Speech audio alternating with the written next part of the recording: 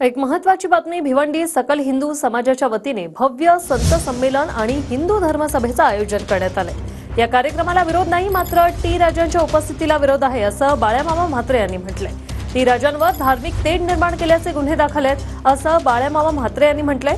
तर माझ्या नावाने खडी फोडली तर मानहानीचा दावा करेल, असं कपिल पाटील यांनी म्हटलंय।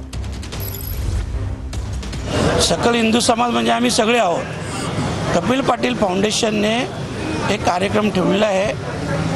कार्यक्रमास आमचा कुठलाही विरोध नाही, परंतु त्या कार्यक्रमास येणारे जे टी राजा म्हणून तेलंगणाचे आमदार आहेत, यांच्यावर 105च्या वर गुन्हे दाखल आहेत। कमीत कमी 18 ते 20 गुन्हे हे धार्मिक तेढ निर्माण करणारे आहेत।